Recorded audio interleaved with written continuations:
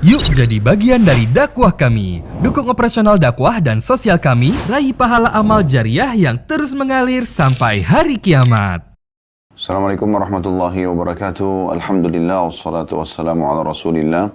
Segala puji dan puja kehadirat Allah subhanahu wa ta'ala, juga salawat dan taslim kepada Nabi besar Muhammad sallallahu alaihi wa ala alihi wa sahbihi wasallam. Saudaraku Siman, seperti biasa di hari Jumat siang hari pukul 13.00 kurang lebih, walaupun saat ini kita sedikit terlambat, akan kita lebihkan juga waktunya insyaAllah sampai pukul 14.00 kita akan membahas dan membedah buku Sahih At-Targhib wa Tarhib, dan kita masih dalam kitab sedekah dan masih di bab yang satu atau bab pertama, anjuran membayar zakat dan penegasan tentang kewajibannya. Dan kita sudah menyelesaikan 6 buah hadis dalam bab ini. Dan insya Allah pada siang ini kita akan masuk ke hadis ke-7.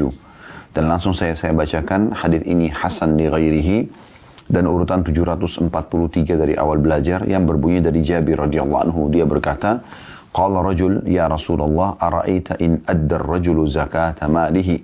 Faqala Rasulullah sallallahu alaihi wasallam man adda zakata malihi faqad dhahaba anhu syarruhu. Seorang laki-laki bertanya, ya Rasulullah, bagaimana menurut Anda jika seseorang telah membayar zakat hartanya? Maka kata Nabi atau kata Rasulullah sallallahu alaihi wasallam, barang siapa membayar zakat hartanya, maka keburukannya telah lenyap darinya. Hadis ini diriwayatkan oleh Tabarani dalam Mu'jamil Awsat, dan juga Ibnu Khuzaimah sebutkan dalam Sahihnya, juga Al-Hakim secara ringkas. Dan lafaz Al-Hakim adalah idza addaita zakata malika faqad adhabta anka syarrah. Jika kamu telah membayar zakat hartamu, maka kamu telah melenyapkan keburukan dari dirimu. Hadis ini riwayat Hakim, diriwayatkan juga oleh Al-Hakim, dan sahih berdasarkan syarat Imam Muslim. Hadis ini adalah hadis yang mulia, teman-teman sekalian, dan kita buka pertemuan kita dengan hadis ini. Bagaimana dalam hadis ini disebutkan tentang keutamaan zakat itu sendiri. Dan zakat, sudah panjang lebar kita jelaskan, adalah salah satu dari rukun Islam yang ketiga. Ini kita paparkan di 6 buah hadis yang sebelumnya. Ini hadis ke-7, bagaimana zakat itu adalah salah satu dari rukun Islam, dan kita ingatkan kembali. Dan tidak bisa dipisahkan antara sholat sama zakat. Karena Allah subhanahu wa ta'ala umumnya dalam firman-Nya, kalau menyebutkan sholat mengatakan wa aqimus sholata wa atuz zakah. Dirikan sholat, tunaikan zakat. Selalu dipartnerkan antara dua hal ini. Juga di zaman Abu Bakar radhiyallahu anhu, pada saat beliau menjadi khalifah menggantikan baginda Nabi SAW, pada saat Nabi SAW telah meninggal dunia, maka muncul kelompok dari sebagian suku Arab yang dikenal dengan mani'uz zakah, atau orang-orang yang menolak untuk membayar zakat. Maka maka Abu Bakar radhiyallahu anhu memerangi mereka. Waktu Umar mengatakan, wahai Abu Bakar, tidakkah kita kirimkan dulu da'i ke mereka? Maka kata Abu Bakar, demi Allah saya akan memerangi siapa yang memisahkan antara sholat sama zakat. Jadi ini tidak bisa main-main. Ini bukan hanya sekedar untuk dikirimkan da'i ke sana, tapi harus dikirimkan pasukan untuk dengan tegas memberhentikan mereka dari penghapusan mereka terhadap salah satu dari 5 rukun Islam yang sudah harus dikenali oleh kaum muslimin dari mereka masih kecil, dan mereka jadikan sebagai prinsip untuk mereka sampai mereka meninggal dunia. Kemudian ada mutiara yang kedua yang bisa kita ambil selain keutamaan zakat atau anjuran zakat di sini, penekanan tentang zakat, adalah bagaimana orang kalau sudah mengeluarkan zakatnya, bukan hanya sekedar dia mensucikan hartanya. Sebagaimana pernah kita paparkan di awal-awal pertemuan kita di bab ini, bahwasanya zakat itu adalah pensucian harta. Bagaimana kalau ada pendapatan Anda dalam 1 tahun, ya, yang kemungkinan besar bercampur dengan hal yang syubhat atau yang haram, tanpa Anda ketahui, ya. Saya sudah berikan contoh dan saya ingatkan kembali, misal Anda punya sebuah restoran, Anda tidak mungkin menanyakan kepada semua konsumen, ya, apakah uang Anda halal atau tidak, kepada konsumen. Maka bagaimana caranya mensucikan harta sementara kita tidak tahu pendapatan mereka halal atau tidak? Maka dengan zakat disucikanlah harta tersebut. Ternyata teman-teman sekalian, dari hadis ke-7 ini kita ambil pelajaran lain. Zakat bukan hanya mensucikan harta seorang muslim, tapi juga membersihkan jiwanya. Keburukan-keburukan jiwanya itu akan hilang. Keburukan-keburukan jiwanya akan hilang. bagaimana seseorang memiliki ya, jiwa, penyakit-penyakit hati yang buruk. Ya. Apapun sifatnya itu, maka masuk dalam kategori sabda Nabi SAW, faqad dhahaba anhu syarruhu. Dia telah menghilangkan seluruh keburukan dirinya. Berarti semua sifat-sifat dan karakter buruk, penyakit-penyakit hati, semua keburukan jiwa akan bersih dengan zakat. Padahal ini dilakukan cuma setahun sekali. Artinya kita harapkan dari hadis ini, sebagaimana disampaikan oleh baginda Nabi SAW, bahwasanya orang yang mengeluarkan zakat hartanya, selain hartanya menjadi suci, jiwanya pun menjadi suci. Jiwanya pun menjadi suci. Jadi dia akan selamat dari segala macam hal-hal yang buruk dari dalam jiwanya. Dan ini sebuah karunia yang luar biasa. Karena untuk menghilangkan satu karakter buruk saja, terkadang seseorang membutuhkan waktu bertahun-tahun. Tapi dengan zakat, maka sudah cukup untuk menghilangkan semuanya, tidak terkecuali dari keburukan jiwa dan penyakit-penyakit hati. Ini hadis yang kita pelajari. Yang pertama adalah hadis ke-7 dalam bab ini, dan sudah kita ambil 2 pelajaran penting dari hadis ini tentang anjuran dan penekanan tentang zakat itu sendiri. Dan yang kedua, bagaimana orang kalau zakat terdapat pensucian jiwa dan penyakit hati dari dirinya. Kita akan masuk hadis ke-8, saudaraku seiman, dengan sanad hasan di ghairi dan urutan 744 dari awal belajar. Berbunyi dari Al-Hasan, cucu Nabi SAW radhiyallahu anhu, dari Rasulullah SAW, beliau bersabda, dawu mardhakum bis sadaqah. Obatilah orang-orang sakit di antara kalian dengan sedekah. Diriwayatkan Abu Dawud dalam Al-Marasil, dan diriwayatkan pula oleh At-Tabarani, Al-Baihaqi, dan beberapa sahabat yang lain secara marfu dan tersambung. Dan hadits ini dihasankan oleh Syekh Albani. Sebagaimana kita tahu, kitab Sahih At-Targhib At-Tarhib ini ditelusuri kembali hadisnya oleh Al-Albani rahimahullah, apa yang telah ditulis oleh Al-Mundhiri. Hadis ini hadis yang mulia. Sebenarnya hadis ini panjang bagi teman-teman yang pegang kitabnya. Sebelum kalimat atau kata dawu, obatilah, ada titik-titik, berarti ada potongan hadis sebelumnya. Kemudian setelah bis sodaqah, ya, titik-titik lagi, itu berarti ada lagi lanjutan hadisnya. Tapi Al-Mundhiri rahimahullah, penyusun buku ini, ingin menitik beratkan tentang nasihat ini saja, dimasukkan dalam bab zakat. Dan ini hadis yang sangat mulia, potongan hadis yang sangat mulia. Ternyata teman-teman sekalian, untuk mengobati penyakit yang sedang kita hadapi, yang kita rasakan, apapun sifatnya penyakit itu, ya, apakah fisik ataupun jiwa, maka bukan hanya sekedar berobat secara medis, herbal, tetapi ada satu perbuatan spiritual yang kalau dikerjakan dipastikan sangat membantu untuk menghilangkan segala jenis penyakit. Sekecil sampai sebesar apapun, seringan sampai seberat apapun penyakit itu. Yaitu dengan sedekah. Makin banyak sedekah dalam bahasa Arab, sedekah dalam bahasa Indonesia. Makin banyak Anda sedekah, maka makin banyak permasalahan yang terselesaikan walaupun Anda kadang-kadang tidak mengetahui atau tidak diniatkan. Segala jenis penyakit di sini, tadi hilangnya keburukan jiwa, dan kita harus berkeyakinan teman-teman sekalian tentang luasnya rahmat Allah Azza wa Jalla. Allah Subhanahu wa Ta'ala maha luas rahmatnya. Terkadang kita hanya minta sesuatu yang sedikit, Allah berikan begitu banyak, bahkan hal-hal yang tidak kita minta. Ya, dan ini disebutkan atau dimasukkan dalam makna salah satu ayat dalam surah At-Tur, di mana nanti ahli surga, dan semoga insya Allah kita termasuk di dalamnya, mereka pada saat nanti bertemu di surga, maka mereka mengatakan, inna kunna min qablu nad'u innahu huwal barur rahim. Sesungguhnya setelah masuk surga mereka nikmati semua fasilitas surga, pelayanan-pelayanan yang luar biasa, kenikmatan hidup yang luar biasa. Semua kepenatan dunia bisa hilang dengan masuk dalam surga. Maka mereka mengatakan, sesungguhnya kami dahulu di dunia selalu meminta kepada Allah. Dan sesungguhnya Allah itu punya sifat barur rahim, yang sangat baik dan sangat penyayang. Dari dua sifat ini, Allah Subhanahu wa Ta'ala, sebagian ulama mengatakan, itu memberikan bahkan pada hamba-hamba yang mereka tidak minta apa yang diberikan oleh Allah Subhanahu wa Ta'ala. Yang Allah sebagai pencipta lebih tahu tentang kebutuhan dia. Jadi tidak pernah teman-teman sekalian kita minta satu, Allah kasih kita satu. Tapi kalau kita minta satu, Allah berikan kita mungkin 10 bahkan 20 asal kita tulus dalam berdoa kepada Allah Subhanahu wa taala. Dan ingat selalu sabda Nabi sallallahu alaihi wasallam, "Ud'u rabbakum muqinuna bil ijabah." Ya, selalulah berdoa pada Tuhan kalian dengan penuh keyakinan akan diterima oleh Allah. Fa inna Allah la yaqbalu min qalbin ghafil. Allah tidak akan menerima dari hati yang lalai. Jadi ini satu resep yang luar biasa yang seharusnya setiap dokter muslim fokus menyampaikan masalah ini.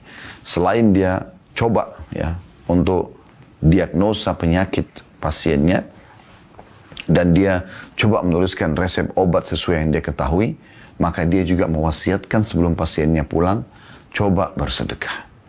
Coba bersedekah. Ya. Ada seseorang pernah datang kepada Imam Hasan Basri rahimahullah, di mana lututnya luka bernanah sudah 7 tahun dan tidak pernah bisa sembuh. Dia sudah berobat ke tabib, segala macam segala macam obat dari tabib sudah dicoba dan berbagai tabib sudah didatangi, namun juga tidak sembuh. Maka dia bertanya, kira-kira apa solusinya?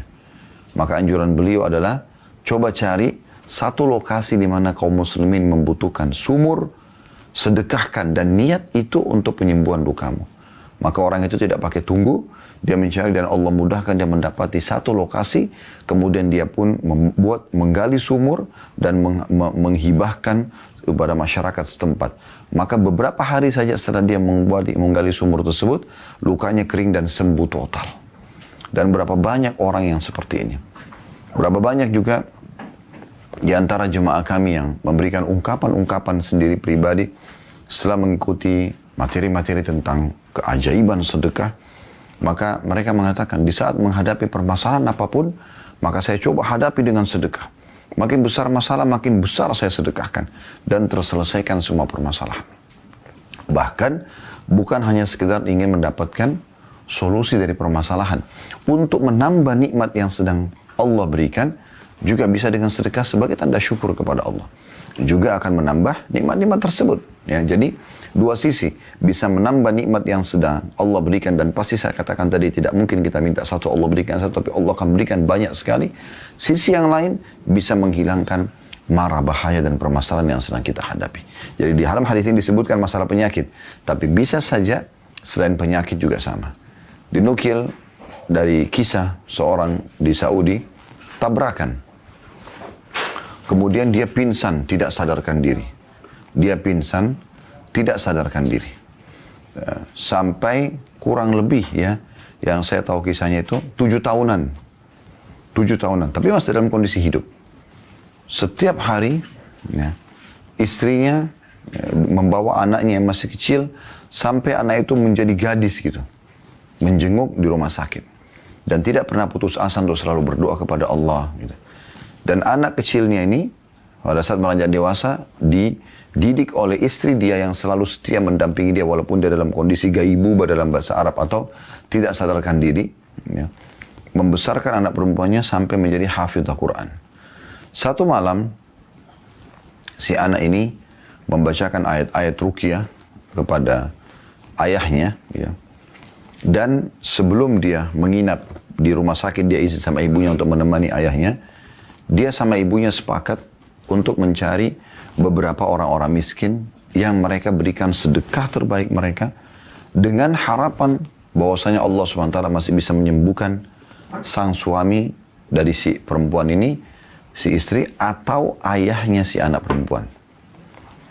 Maka keajaiban terjadi pada saat anak perempuan ini menyempurnakan sedekah yang sudah dikeluarkan di sore harinya. Dengan dia tidur, sebelum tidur malam hari menemani ayahnya di kamar ya, pasien.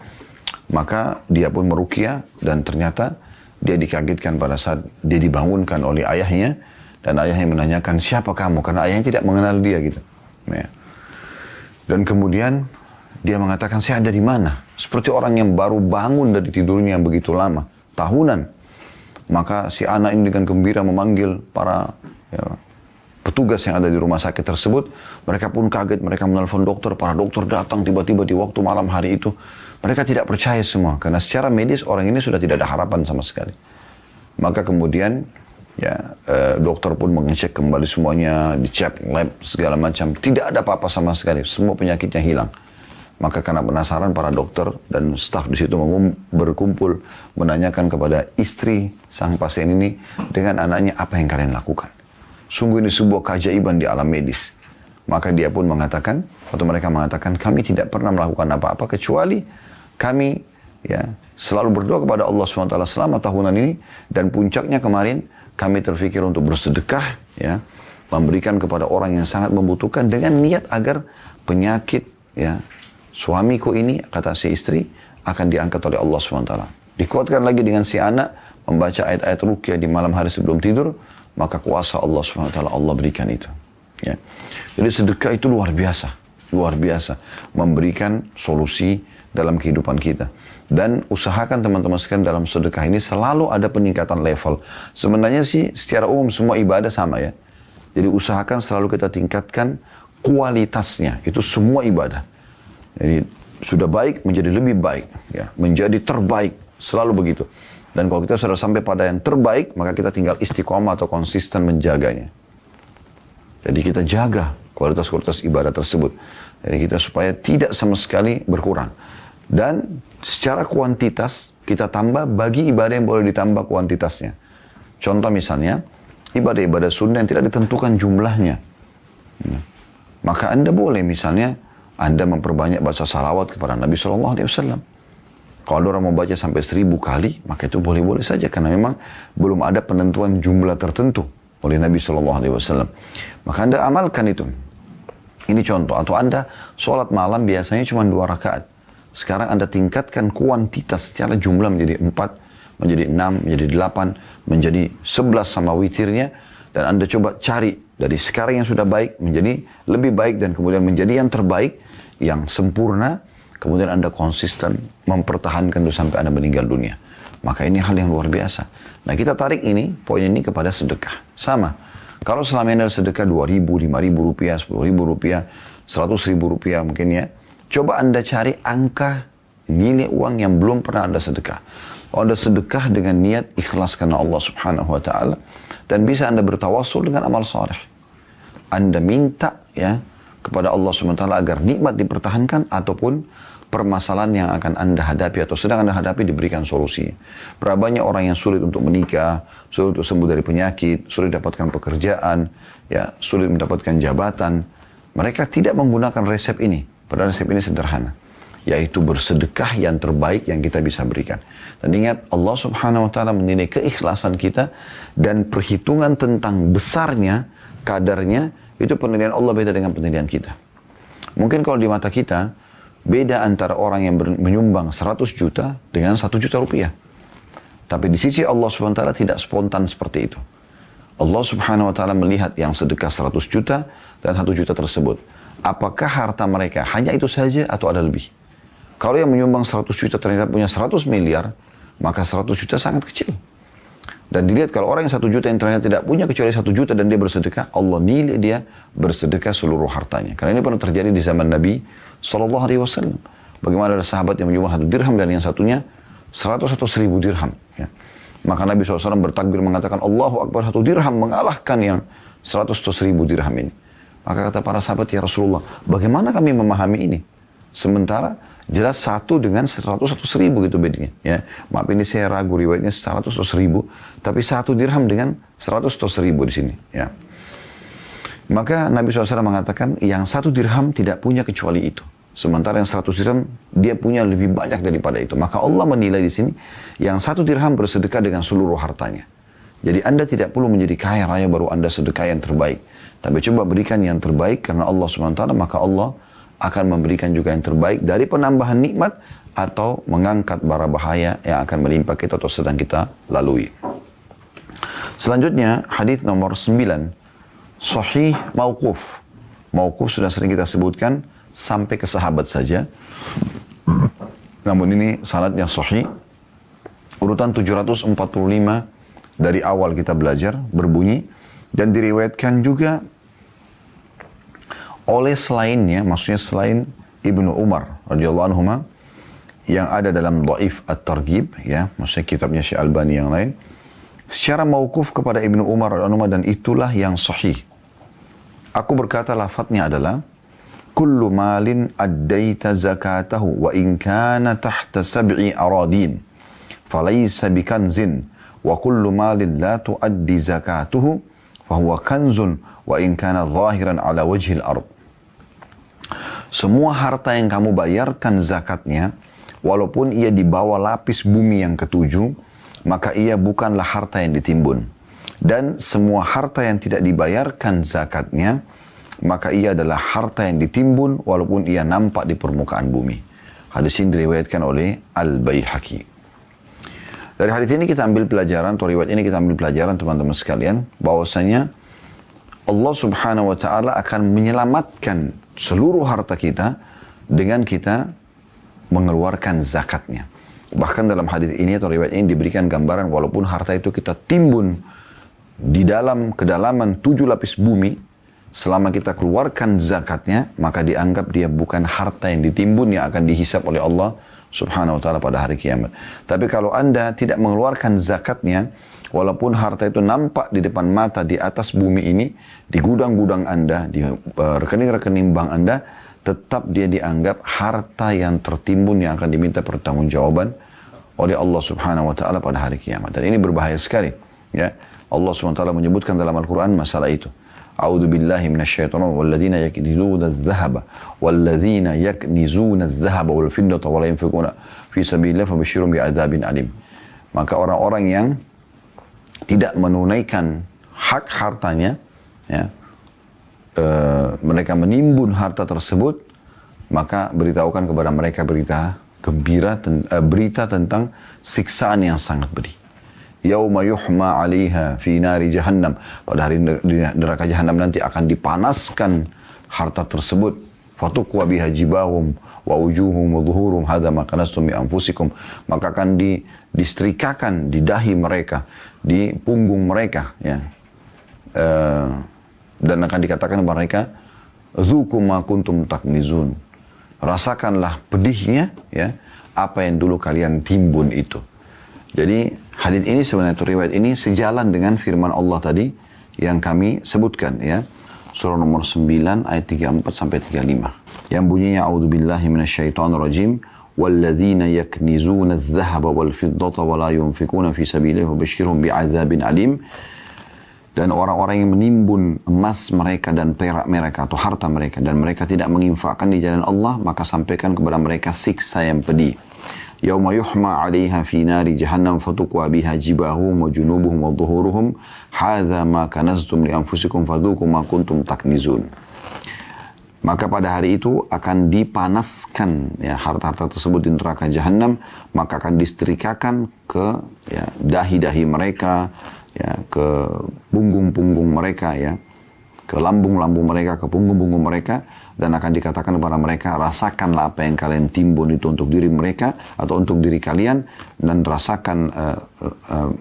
rasakanlah apa yang kalian timbun untuk diri kalian, maka rasakan siksa ini, ya. Atau kurang lebih dari ini, harta bendamu yang kamu simpan untuk dirimu sendiri, maka rasakanlah akibat dari apa yang kamu simpan itu. Apa yang kamu simpan itu. Dan dalam sebuah riwayat, diriwayatkan oleh Al-Hakim, memuatkan masalah ini, bahwasanya ada seorang sahabat, Ummu Salamah, istri Nabi SAW, ia pernah bertanya kepada Nabi SAW, mengatakan, fasa'altu an dzalika Nabi SAW, faqalat akanzunhu, faqala idza addaita zakatahu falaysa bikanz. Ya. Ummu Salamah pernah menanyakan tentang masalah harta, berbagai macam perhiasan emas yang dikenakan gitu. Jadi beliau pakai gelang, pakai cincin, ataupun umumnya wanita biasa pakai ini, ya. Maka kata Ummu Salamah, apakah ini harta yang ditimbun? Masuk dalam firman Allah SWT tadi. Maka kata Nabi SAW, bukan selama engkau menunaikan zakatnya. Jadi memang di sini permasalahan adalah masalah zakat di sini, ya. Dan dari sini juga keluar tadi, ya, apa yang disampaikan oleh Ibnu Umar radhiyallahu anhuma, ya. Kullu ma addaita zakata wa in kana tahta sab'a aradin falaysa bikanzin wa kullu ma la tuaddi zakatu fa huwa kanzun wa in kana zahiran ala wajhil ard. Setiap harta yang ditunaikan zakatnya walaupun disimpan di bumi lapis ketujuh bukanlah disebut menimbun harta, dan yang tidak ditunaikan zakatnya maka akan disebut menimbun walaupun ada di permukaan. Jadi ini peringatan-peringatan yang sangat luar biasa, dan juga dalam riwayat lain diingatkan dari jalur Jabir bin Abdullah radhiyallahu anhuma, dia mengatakan, kata Nabi SAW, "Idza akhrajta sadaqa min malika faqad adhabta anhu syarruhu wa laysa bikanz." Apabila engkau menunaikan zakat hartamu, berarti engkau telah menghilangkan keburukan harta itu, dan bukan dinilai menyimpan harta yang dilarang. Menyimpan harta yang dilarang, ya. Jadi ini makna daripada hadis ke-9. Dan kita akan masuk hadis ke-10, teman-teman sekalian, dengan sanad sahih di ghairihi, urutan 746 dari awal kita belajar, yang berbunyi dari Samura radhiyallahu anhu, dia berkata, Rasulullah sallallahu alaihi wasallam bersabda, "Aqimus shalah wa atuz zakah wa hajju wa'tamiru wastaqimu yustaqam bikum." Sebelum saya baca terjemahnya, ini resep untuk semua urusan kita dimudahkan. Saya ulangi lagi, hadis ini adalah resep untuk semua urusan kita tidak terkecuali, kecil ataupun besar, ya sulit ataupun mudah, Allah SWT berkahi dan Allah mudahkan. Terjemahannya adalah, dirikanlah sholat, selalu jaga, terutama sholat wajib 5 waktu, jaga ya kualitasnya, yang masuk dalamnya adalah waktu, wudunya, ya semua gerakan dan bacaan dijaga sehusyuk mungkin. Kemudian bayarlah zakat, ini saksi bahasan kita, selalu perhatikan masa haul 1 tahunnya, dan kemudian berapa jumlah harus dikeluarkan dan dihabiskan di masa haul itu. Jadi betul-betul tepat waktu. Kemudian yang ketiga, berhajilah. Yang keempat, berumrahlah. Ini satu paket. Dari haji ke haji, dari umrah ke umrah. Dan beristiqamalah. Mengerjakan semua perintah, meninggalkan larangan. Niscaya urusan kalian akan diluruskan atau dimudahkan. Jadi amalan-amalan ini disebutkan oleh Nabi SAW akan yustaqam bikum. Akan memudahkan semua urusan kalian. Tidak terkecuali. Hadis ini diriwayatkan Tabarani dalam ketiga mu'jamnya, ya, yang kecil, yang sedang, dan juga yang besar, dengan sanad jayyid atau bisa diterima, ya.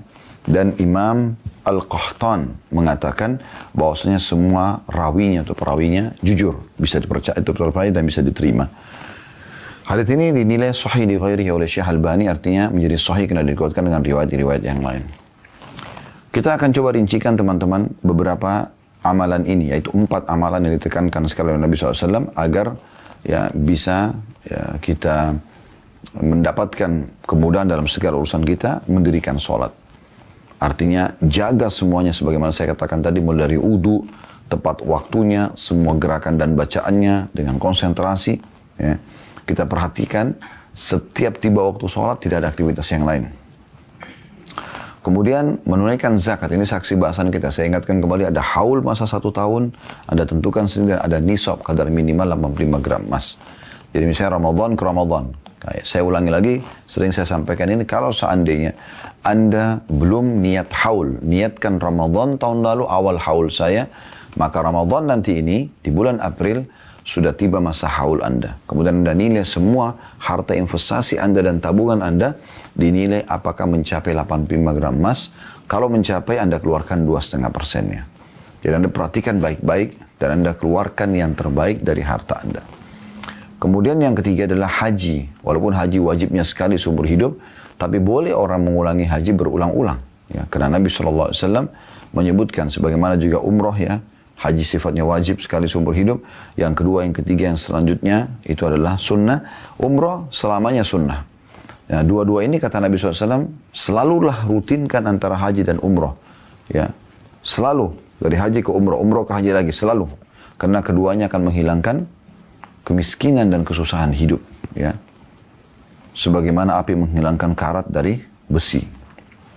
Demikian juga Atha bin Abi Rabah rahimahullah, seorang ulama tabi'in yang dipuji oleh Abdullah bin Umar radhiyallahu anhu, sahabat Nabi yang mulia. Pada saat Abdullah bin Umar pergi ke Mekah dan penduduk Mekah pada berebut untuk bertanya kepada beliau pertanyaan-pertanyaan tentang agama, maka Abdullah bin Umar mengatakan, sungguh aneh sikap kalian wahai penduduk Mekah. Kalian sibuk menanyakan kepada saya sementara di tengah-tengah kalian ada Atha bin Abi Rabah. Seorang tabi'in yang sangat masyhur dengan ilmunya.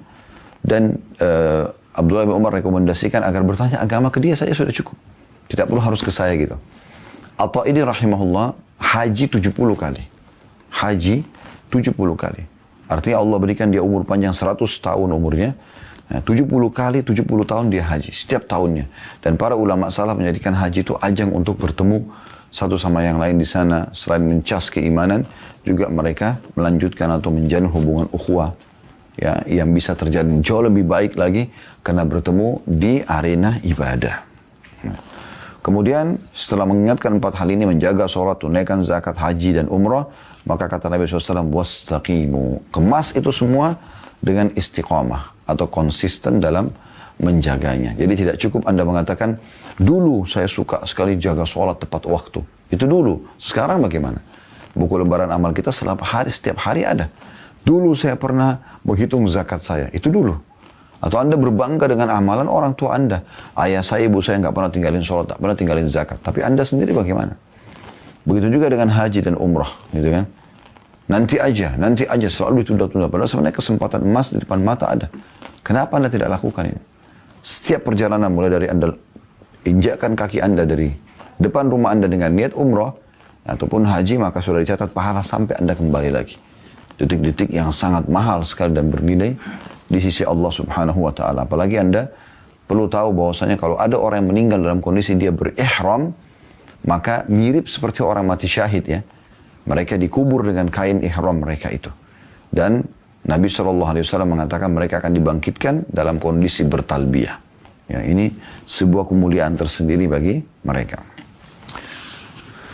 Kemudian selanjutnya hadis ke-11 dengan sanad sahih urutan 747 dari awal belajar berbunyi dari Abu Ayyub radhiyallahu anhu anna rajulan qala lin Nabi sallallahu alaihi wasallam akhbirni bi amalin yudkhiluni al-jannah qala ta'budullaha la tusyriku bihi syai'a wa tuqimus salata wa tu'ti az-zakah wa tasilur rahim. Bahwasanya ada seorang laki-laki bertanya kepada Rasulullah sallallahu alaihi wasallam sambil mengatakan, kabarkan atau beritakan kepadaku satu amalan yang membuatku masuk ke dalam surga. Maksudnya amalan yang mudah aku amalkan. Ya, bukan satu amalan berarti cuma satu, tapi amalan yang kira-kira aku bisa berpegang teguh padanya. Kata Nabi SAW, ibadahlah kepada Allah dan tidak menyekutukannya dengan sesuatu apapun. Lalu dirikanlah sholat, bayarlah zakat, dan jalinlah hubungan silaturahim.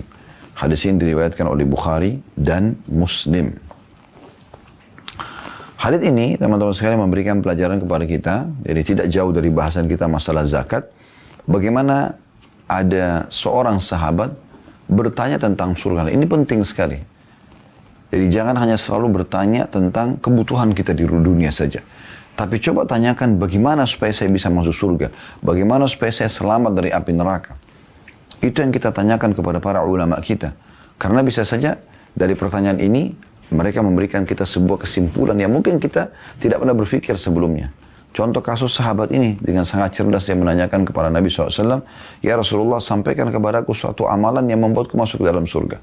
Artinya sampaikan kepada aku amalan-amalan. Walaupun sini terjemahnya suatu amalan, saya katakan tadi bukan satu amal. Tapi ada amalan yang bisa dirangkumkan dalam satu kesimpulan. Kalau aku kerjakan aku sudah dapat jaminan surga. Dan ini pelajaran pertama dari hadis bagaimana kecerdasan sahabat ini bertanya tentang apa yang bisa membuat dia masuk ke dalam surga. Dan setiap muslim dianjurkan untuk selalu bertanya poin-poin seperti ini. Kemudian yang kedua adalah jawaban Nabi SAW terhadap sahabat ini bagaimana caranya agar bisa masuk ke dalam surga. Maka disebutkanlah 5 hal dalam hadis ini. Atau 4 hal tepatnya. Menyembah Allah tidak menyekutukannya dengan sesuatu apapun.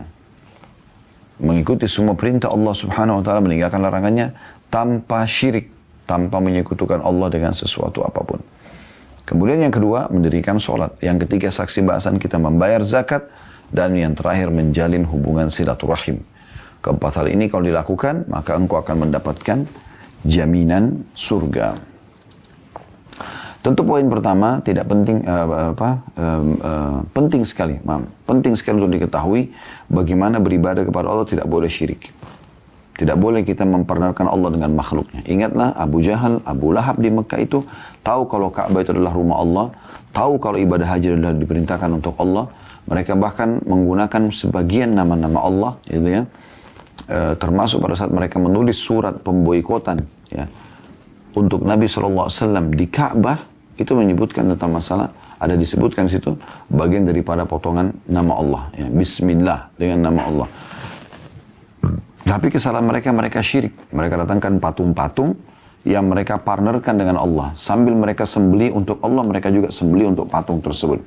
Mereka berdoa kepada Allah, mereka berdoa juga melalui patung tersebut. Sementara Allah tidak butuh perantara, apalagi benda mati. Jimat, patung. Dan selain daripada Allah SWT, tidak boleh sama sekali kita partnerkan Allah. Cukuplah hadits Bukhari yang berbunyi, Nabi SAW bersabda, Allah berfirman, Ana agna syuraka ani syirk. Man asyraka ma'iyya ghairi taraktu wa syirku. Ya, artinya, aku adalah orang yang paling berlepas diri dengan sekutu-sekutu. Allah tidak butuh dengan mereka. Siapa yang menyekutukanku dengan sesuatu apapun, maka aku akan biarkan dia dengan sekutunya itu. Jadi Allah tidak butuh partner. Kita langsung berhubungan dengan Allah Subhanahu wa ta'ala. Dan yang kedua, mendirikan sholat, sudah kita jelaskan tadi. Menjaga wudunya, ya, waktunya, kemudian gerakan dan bacaannya yang tepat. Jangan konsentrasi. Kemudian yang ketiga, membayar zakat. Sudah kita jelaskan juga tadi, ada haul 1 tahun dan juga ada nisab minimal 85 gram emas, lalu dikeluarkan 2,5%. Dan yang terakhir yang belum kita jelaskan adalah menjalin hubungan silaturahim. Artinya sejauh apapun hubungan kekerabatan kita, maka tetap kita usahakan menjalin hubungan dengan mereka. Dan ini sering kami sampaikan teman-teman sekalian, di Indonesia jarang sekali ada orang yang mau mengetahui tentang jalur nasabnya. Coba pelajari jalur nasab itu. Ya, siapa nama kakek kita menikah sama siapa saja, nenek kita menikah sama siapa saja, berapa saudara mereka, ayah daripada kakek atau kakek daripada kakek, ya, ayah daripada nenek atau nenek atau kakek daripada nenek sendiri.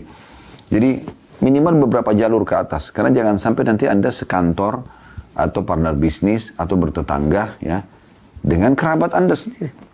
Dengan kerabat Anda sendiri. Sebenarnya penting sekali, kata Nabi SAW, telusuri jalur nasab kalian ke atas, maka itu lebih memudahkan kalian untuk silaturahim. Kenapa ada sahabat membawa sekantong uang dirham, dan dia mengatakan, ya Rasulullah, saya mau sedekah. Ada 2 orang targetnya, yang satu punya hubungan kekerabatan, yang satu tidak ada hubungan kekerabatan. Kata Nabi SAW, kalau kau bantu yang punya hubungan kekerabatan denganmu, maka engkau akan mendapatkan 2 pahala. Pahala sedekah dan pahala kekerabatannya. Selanjutnya kita tutup teman-teman sekalian dengan 2 buah hadis insyaallah. Hadis ke-12, ya, dengan sanad sahih urutan 748, dan akan kita selesaikan dengan hadis ke-13 urutan 749 insyaallah. Kita mulai dengan hadis ke-12 dengan sanad sahih yang berbunyi dari Abu Hurairah radhiyallahu anhu, anna Arabiyan atan Nabiyya sallallahu alaihi wasallam faqala ya Rasulullah dulluni ala amalin idza amiltu dakhaltul jannah. قال تعبد الله لا تشرك به شيئا وتقيم الصلاة المكتوبة وتؤتي الزكاة المفروضة وتصوم رمضان قال والذي نفسي بيدي لا أزيد على هذا ولا أنقص منه فلما ولى قال النبي صلى الله عليه وسلم من سره أن ينظر إلى رجل من أهل الجنة فلينظر إلى هذا. Bahwa seseorang laki-laki Badui datang kepada Nabi SAW dan berkata, ya Rasulullah, tunjukkan kepadaku suatu amalan yang jika aku mengerjakannya, aku akan masuk surga. Maka Nabi SAW mengatakan, engkau beribadah kepada Allah dan tidak menyekutukannya dengan sesuatu pun. Mendirikan sholat fardu, membayar zakat wajib, berpuasa Ramadan. Lalu dia berkata orang itu, demi zat yang jiwaku berada di tangannya, maksudnya demi Allah, aku tidak akan menambah dan tidak akan mengurangi daripadanya. Ketika orang itu pergi, kata Nabi SAW, barang siapa ingin melihat seorang laki-laki dari penghuni surga, maka lihatlah orang ini. Lihatlah orang ini. Kita langsung bacakan hadis ke-13 karena mirip dengan sanad sahih. Turutan 749 dari awal belajar bumi dari Amr bin Murrah al-Juhani radhiyallahu anhu, dia berkata, ja'a rajulun minal Qudha'ah ila Rasulillah sallallahu alaihi wasallam faqala inni syahidtu an la ilaha illallah wa annaka Rasulullah wa sallaitu salawatil khams wa sumtu Ramadan wa qumtuhu wa ataitu az-zakah faqala Rasulullah sallallahu alaihi wasallam man mata ala hadha kana minas siddiqin wasyuhada. Seorang laki-laki dari suku Qudha'ah datang kepada Rasulullah SAW dan berkata, sungguhnya aku bersaksi bahwasanya tidak ada Tuhan yang berhak disembah kecuali Allah, dan bahwasanya engkau adalah Rasulullah, engkau adalah utusan Allah. Aku salat 5 waktu, aku berpuasa dan qiyam Ramadan, dan aku membayar zakat. Kata Rasulullah SAW, barang siapa yang mati dengan berpegang teguh pada hal ini, maka dia termasuk orang-orang yang benar dalam imannya, atau sedikit dan juga golongan syuhada. Hadis ini diriwayatkan oleh Al-Bazzar dengan sanad hasan, Ibnu Khuzaimah dalam Sahihnya dan juga Ibnu Hibban. Dan lafadznya telah disebutkan dalam kitab salat di bab ke-13 yang lalu. Baik, kedua buah riwayat terakhir ini 13 dan 14 dalam bab kita ini memberikan pelajaran mirip tadi dengan sebelumnya, yaitu datangnya seseorang sahabat yang berbeda dan menanyakan hal yang sama, yaitu amalan, tolong tunjukkan amalan yang membawa masuk ke dalam surga. Dan ini selalu menjadi target seorang muslim. Ya, kalau kita jadikan ini sebuah poin sendiri sebagai mutiara pelajaran kita atau hikmah dan pelajaran yang bisa kita ambil, yaitu bagaimana seorang muslim menjadikan surga sebagai target utamanya. Semua di benak dia surga. Sehingga apapun yang dia kerjakan, apa yang dilirik oleh matanya atau dilihat oleh matanya, didengar oleh kupingnya, diucapkan oleh lisannya, dijamah oleh tangannya, dilangkai oleh kakinya, semua ini ya yang disentuh oleh kemaluannya, semua berbau akhirat. Surga. Bagaimana surga menjadi target utama. Dan tentu sangat pantas Anda selalu mendengar tentang surga. Karena itu janji Allah Subhanahu wa Ta'ala. Selalu dengarkan, dan sudah kami sering sebutkan di playlist YouTube ada bedah buku Rasulullah SAW cerita tentang surga dan neraka. Lebih dari 30 pasal. Coba dengarkan sambil diikutin bukunya. Bab demi bab, diulangi lagi. Ada beberapa pengakuan jemaah juga yang menyampaikan, dengan terus mengulangi, kita kayak seperti ngingat lagi. Ya. Dan seperti sangat dekat dengan surga. Jadi memang harus kita tahu itu. Sehingga selalu target seluruh amalan kita, seluruh gerakan tubuh kita, ya, seluruh upaya energi kita adalah surga. Itu menjadi target utama. Makanya kita lihat beberapa riwayat ini, sahabat selalu mengatakan, "Dulluni ala amalin idza amiltu dakhaltul jannah." Tunjukkan aku amalan, kalau aku kerjakan aku bisa masuk dalam surga. Kalau dari suku Qudha'ah tadi mengatakan, saya sudah dikerjakan rukun Islam. Ya.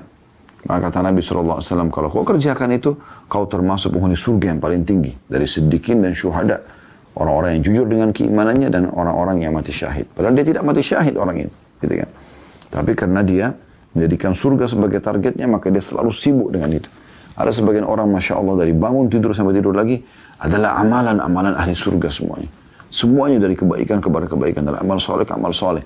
Dan tidak ada sama sekali celah untuk berbuat dosa. Karena menyibukkan diri dengan amal soleh akan menjauhkan kita dari dosa. Kita nggak butuh energi khusus untuk menjauhi dosa, tapi cukup sibukkan diri dengan amal soleh, kita akan meninggalkan dosa dengan sendirinya. Ini pelajaran pertama. Harusnya surga menjadi target utama. Pelajaran yang kedua adalah peringatan lagi Nabi SAW untuk mengerjakan beberapa kegiatan. Ya, yang pertama, beribadah kepada Allah tidak boleh syirik. Kemudian yang kedua, mendirikan sholat 5 waktu. Kemudian menunaikan zakat yang diwajibkan. Kemudian berpuasa Ramadan. Maka ini kalau dikerjakan dengan sendirinya, maka akan menjadi jaminan surga. Beribadah kepada Allah tanpa syirik, fokus kepada hal yang wajib, sholat 5 waktu, zakat, dan kemudian puasa Ramadan, itu dalam riwayat ke-12. Riwayat ke-13-nya ditambahkan di sini tentang masalah, aku bersaksi bahwasanya Anda tiada Tuhan yang berhak disembah kecuali Allah, dan Anda adalah utusan Allah. Ditambah dengan syahadat. Berarti di 5 rukun Islam, maka akan mendapatkan jaminan surga. Kemudian yang pelajaran terakhir teman-teman sekalian sebagai penutup, dan kita akan buka pertanyaan setelah ini, yaitu bagaimana Nabi SAW diberikan wewenang oleh Allah Subhanahu Wa Taala untuk menunjuk ahli surga. Dan ini tidak terjadi tentu pada orang selain Nabi SAW.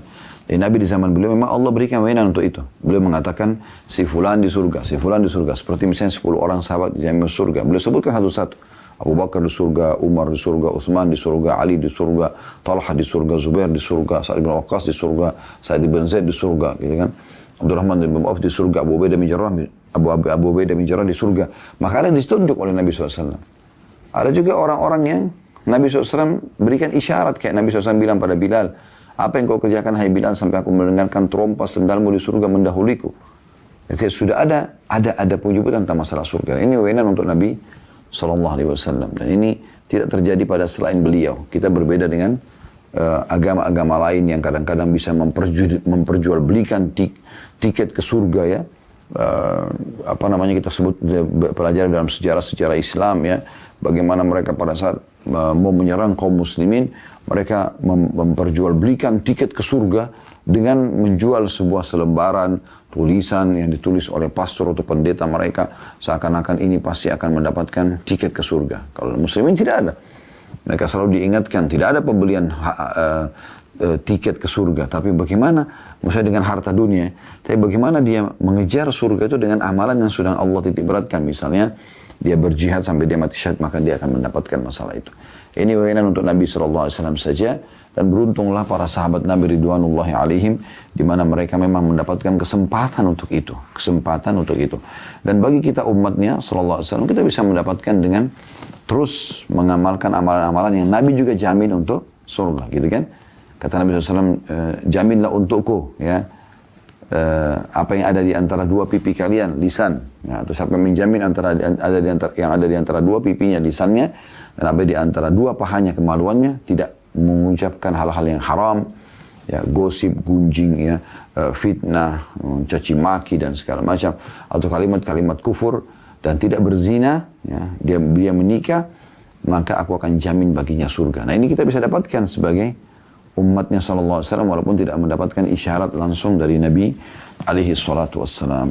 Hadis ke-14 saya lanjutkan, sahih li ghairihi, urutan 750 dari awal belajar, dari Abdullah bin Muawiyah al-Ghadiri radhiyallahu anhu, dia berkata, Rasulullah SAW bersabda, "Thalathun man fa'alahunna faqad ta'ima ta'mal iman, man 'abada Allah wahdahu wa 'alima anna la ilaha illallah wa a'ta zakata malihi tayyibatan biha nafsuh rafidatan 'alaihi kull 'am wa lam yu'til harimah wala ad-darinah wala al-marida wala ash-sharata al-la'imah walakin min wasati amwalikum fa inna Allah lam yas'alkum khairah wa lam ya'murkum bi syarrih."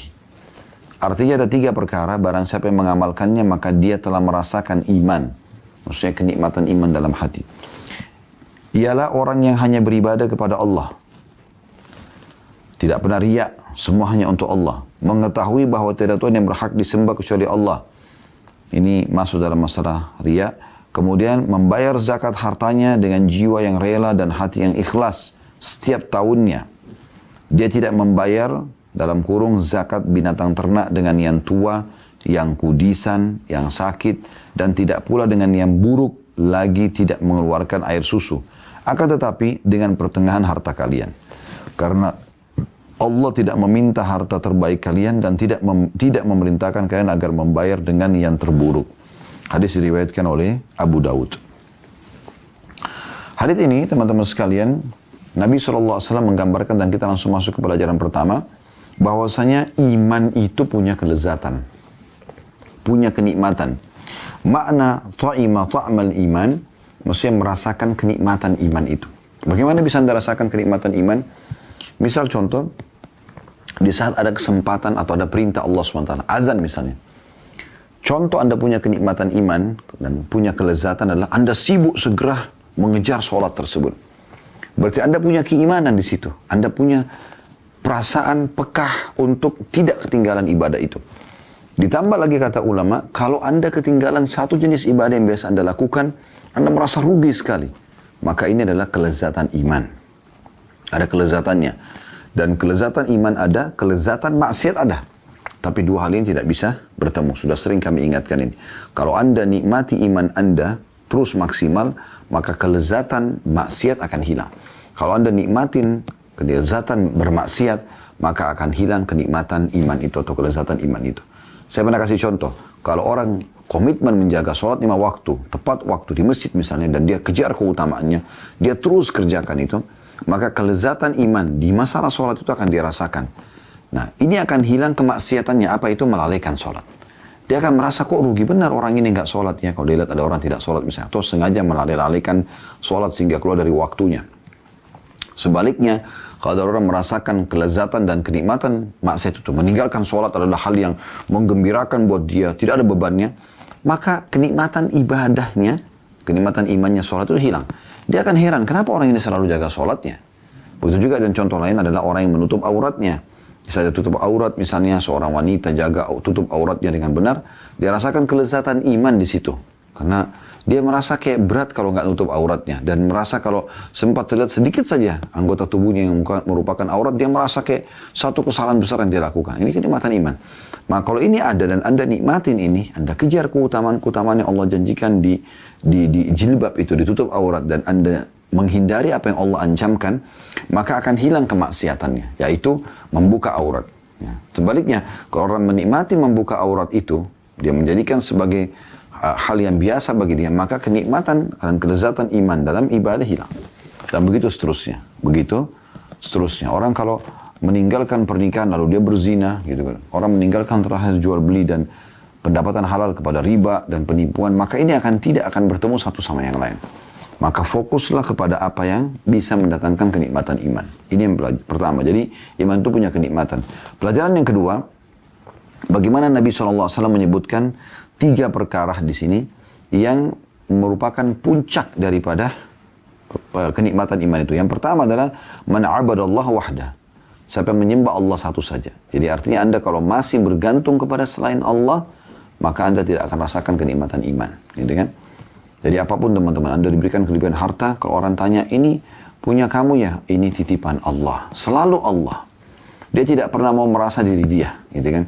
Jadi ini betul apa adanya, karena memang kalau dia meninggal dia tidak akan bawa apa-apa. Semua titipan Allah Subhanahu wa taala. Allah mengatakan dalam Al-Qur'an, "Lillahi mirathus samawati wal ard." Allah lah pemilik pewaris daripada semua yang ada di langit dan bumi. Kita cuma sementara pakai sebagai fasilitas saja, gitu kan? Jadi jangan selalu mengatakan aku, saya, selalu merasa bangga dengan dirinya. Itulah yang membuat Qarun Allah hancurkan dari kaum Nabi Musa karena merasa harta yang dimiliki, kecerdasan dalam mengelola harta tersebut dan memperbanyaknya adalah ilmu dia murni. Maka Allah binasakan dia. Kemudian yang kedua, wa'alima anna la ilaha illallah. Dan dia mempelajari dan meyakini tidak ada Tuhan yang berhak disembah kecuali Allah. Tadi menyembah Allah satu saja. Ini yang kedua adalah mempelajari. Alim itu artinya mempelajari atau menanamkan dalam diri dia bahwasanya tidak Tuhan yang berhak disembah kecuali Allah. Sehingga semua Tuhan selain Allah ditolak sama dia. Diistilahkan kalimat ringkasnya atau kata ringkasnya oleh para ulama, taghut. Allah juga banyak menggunakan kalimat taghut. Ya. Artinya semua sesembahan selain Allah Subhanahu wa ta'ala. Dan yang ketiga adalah mengeluarkan zakat hartanya, ya, itu dengan kerelaan dirinya. Kerelaan dirinya. Ya. Maka ini insya Allah masuk dalam merasakan kenikmatan iman. Berarti kalau kita ingin merasakan kenikmatan iman, fokus menghitung harta kita, keluarkan zakatnya karena kita sendiri menginginkannya. Kemudian Nabi SAW pesan di sini, dilakukan itu setiap tahun, zakat malnya. Dan pada saat dia mengeluarkan zakat hewan ternak ada zakatnya. Maka dia menghindari harima. Ya, harima artinya tua sekali. Ya, sehingga sudah tidak bisa lagi, dagingnya sudah keras atau banyak penyakitnya. Ya. Walad darina, dan darina artinya kudisan, punya penyakit kulit. Walal marida, dan tidak juga sakit. Walal syaratal laimah, dan juga tidak pula yang buruk. Ya, lagi tidak mengeluarkan susu. Tapi kata Nabi SAW, walakin min wasati amwalikum, tapi ambil dari tengah-tengahnya. Tidak juga yang bagus sekali, tidak juga yang buruk, sedang-sedang. Karena Allah, ya, kata beliau, fa inna Allah lam yas'alukum khairah. Allah tidak pernah meminta kalian selalu mengeluarkan yang terbaik saja. Ya, maksudnya hanya itu saja terus. Anda boleh imbangi antara yang sedang sampai ke yang terbaik. Walam ya'murkum bisyarri, dan Allah tidak pernah memerintahkan kalian mengeluarkan yang buruknya dari harta tersebut. Hadis selanjutnya, hadis ke-15 dengan sanad sahih urutan 751 dari awal belajar, berbunyi dari Jarir bin Abdullah radhiyallahu anhu, dia berkata, bay'atu Rasulullah sallallahu alaihi wasallam ala iqamis salati wa ita'iz zakati wan nushi likulli muslim. Aku berbaiat kepada Rasulullah SAW untuk mendirikan solat, membayar zakat, dan memberi nasihat kepada setiap muslim. Hadis ini riwayat Bukhari Muslim. Hadis ini teman-teman sekalian menjelaskan bagaimana seorang sahabat membayar atau memberikan janji setia kepada Nabi. Ya. Kalau dia akan selalu menjaga solat, dia akan menunaikan zakat, dan dia akan selalu memberikan nasihat kepada setiap muslim. Di sini pelajaran yang kita tambahkan adalah potongan akhir hadis. Wan nushi likulli muslim. Dan memberikan nasihat kepada setiap muslim. Karena solat dan zakat sudah dari tadi kita sebutkan berulang kali tentang faedah-faedahnya. Kalau yang poin ketiga sini, dan ini tambahan faedahnya dari hadis-hadis sebelumnya, wan nuskhi li kulli muslim, memberikan nasihat kepada setiap muslim, maksudnya nasihat-nasihat yang baik. Nasihat-nasihat yang membawa kepada ibadah kepada Allah Subhanahu wa taala. Jadi tidak masuk di sini kalau ada temannya mau berzina sama-sama masuk di hotel, kemudian dia berikan saran-saran nasihat bagaimana ya menghadapi wanita-wanita itu dalam perzinahannya. Bukan begitu. Atau dia membantu dalam ide-ide dan nasihat dalam pembangunan diskotik, karaoke, maksiat kepada Allah Subhanahu wa taala, itu tidak masuk dalamnya. Tapi nasihat di sini adalah nasihat kepada agama Allah Subhanahu wa taala atau dalam mengamalkan agama Allah Subhanahu wa taala dan meninggalkan larangannya. Hadis ke-16 dengan sanad hasan urutan 750 dari awal belajar berbunyi dari Abu Hurairah radhiyallahu anhu bahwa Rasulullah SAW bersabda, "Idza addaita az-zakah faqad qadaita ma 'alaik wa man jama'a malan haraman thumma tasaddaqa bihi lam yakun lahu fihi ajr wa kana isruhu 'alaihi." Jika kamu membayar zakat, maka kamu telah menunaikan kewajibanmu di harta itu. Barang siapa yang mengumpulkan harta yang haram, kemudian bersedekah dengannya, maka dia tidak mendapatkan pahala darinya dan dia memikul dosanya. Hadis riwayat Ibnu Khuzaimah dan Ibnu Hibban dalam sahihnya, dan juga Al-Hakim menyebutkan sanadnya sahih. Dari hadis ini, teman-teman sekalian, ya, kita bisa mengambil pelajaran penting ya tentang masalah wasiat Nabi SAW. Siapa yang menunaikan zakat di hartanya, maka dia telah menyelesaikan kewajibannya. Jadi dia fokus di situ kewajiban. Sedekah yang dia keluarkan tambahan. Tapi zakat adalah kewajiban. Kemudian tambahan yang kita ambil pelajaran dari hadis-hadis sebelumnya adalah potongan ya terakhir hadis, wa man jama'a malan haraman thumma tasaddaqa bihi lam yakun lahu fihi ajr wa kana isru alaihi. Siapa yang bersedekah dari harta haramnya maka tidak ada pahalanya sama sekali, plus dia akan mendapatkan dosa. Nah, ini pernah kita sebutkan dan kita ingatkan kembali, ada 4 ya golongan manusia dalam masalah pendapatan harta. Yang paling baik sekali adalah sumbernya halal, keluar pada yang halal. Dia punya sumber halal, dia keluarkan pada yang halal. Dan dia akan aman di dunia dan aman di akhirat. Karena Nabi SAW mengatakan pada hari kiamat tidak akan beranjak kaki seorang hamba sampai ditanya 4 hal. Di antaranya adalah hartanya dari mana didapatkan, kemana dia keluarkan. Jadi harus sumbernya dari mana, benar, kemudian dikeluarkan ke yang benar. Ini yang paling baik. Sudah halal, dibangun masjid, rumah anak yatim, silaturahim keluarga, sedekah secara umum, haji dan umrah dan seterusnya. Ini yang paling baik. Yang kedua adalah orang yang sumbernya halal tapi keluar pada yang haram. Ini dia dapat pahala dalam pencarian hartanya tapi dia berdosa dalam mengeluarkannya. Ini juga akan ditanya oleh Allah SWT. Sumber gaji benar halal, bisnis benar halal, tapi dipakai berzina, dipakai karaokean, dipakai ini dan itu. Jadi haram. Kemudian yang ketiga, dibalik. Pendapatannya halal, pendapatannya haram dari penipu, dari riba segala macam, tapi dikeluarkan pada yang halal. Nah ini yang sedang dibahas dalam hadis, yaitu orang yang punya pendapatan haram dari manipulasi data, dari korupsi, dari riba, dari mencuri, tapi dipakai sedekah di umroh dan hajiin orang tuanya, dia sumbang ke masjid, rumah anak yatim. Ini jadi haram semuanya. Walaupun karena pendapatannya sumbernya haram, maka jadi haram semua. Pendapatannya haram dan juga pengeluarannya haram. Yang terakhir yang paling buruk adalah sumbernya haram, dikeluarkan pada yang haram. Hasil curian dipakai untuk berzina. Maka ini yang paling buruk, wa na'udzubillah. Maka hati-hati teman-teman sekalian, karena semua akan ada pertanggungjawabannya di sisi Allah SWT. Allah sudah sebutkan dalam Al-Quran, A'udzubillahi minasyaitonirrajim, am hasibtum annama khalaqnakum abatha wa annakum ilaina la turja'un. Apakah kalian mengira kami ciptakan kalian sia-sia dan kalian tidak akan dikembalikan kepada kami? Allah akan tanya semuanya, maka harus hati-hati. Ada seorang salafus salih dulu meninggal dunia, kemudian ada yang mimpi melihat dia dalam dalam tidur, lalu ditanya, bagaimana Allah menghisap Anda? Karena dalam tidur tidak bisa kita, dalam mimpi tidak bisa kita atur pertanyaan, maka secara alami Allah izinkan dia mungkin seperti itu. Maka orang yang meninggal itu mengatakan, Allah menanyakan kepada saya sampai pada tingkat pernah hujan, saya katakan kenapa hujan? Ya. Maka ditanyakan, apa urusan kamu dengan hujan turun atau tidak turun? Gitu kan? Bisa berdoa kepada Allah, tapi jangan protes keputusan Allah Subhanahu Wa Taala. Apalagi kepada hal-hal yang besar, ya, masalah harta ini.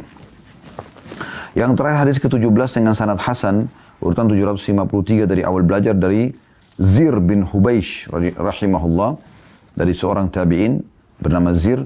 Dia mengatakan, anna ibn Mas'udin radhiyallahu anhu kana indahu gulamun yakra'u fil mushaf wa indahu ashabuhu faja'a rajulun yuqalu lahu Hadramah Faqala ya Aba Abdurrahman, ayyu darajatil islami afdal? Qala as-salah, qala thumma qala az-zakah. Wahai Ibnu Mas'ud radhiyallahu anhu berada di sisi pelayannya yang sedang membaca mushaf atau Al-Quran, sementara dia juga bersama teman-temannya. Kemudian ada seorang laki-laki yang biasa dipanggil dengan Hadramah datang. Dia berkata, wahai Abu Abdurrahman, ini julukannya Abu Abdullah bin Mas'ud radhiyallahu anhu ya. Anaknya yang pertama namanya Abdurrahman, dipanggil Abu Abdurrahman. Wahai Abu Abdurrahman, derajat apa dalam Islam yang paling utama?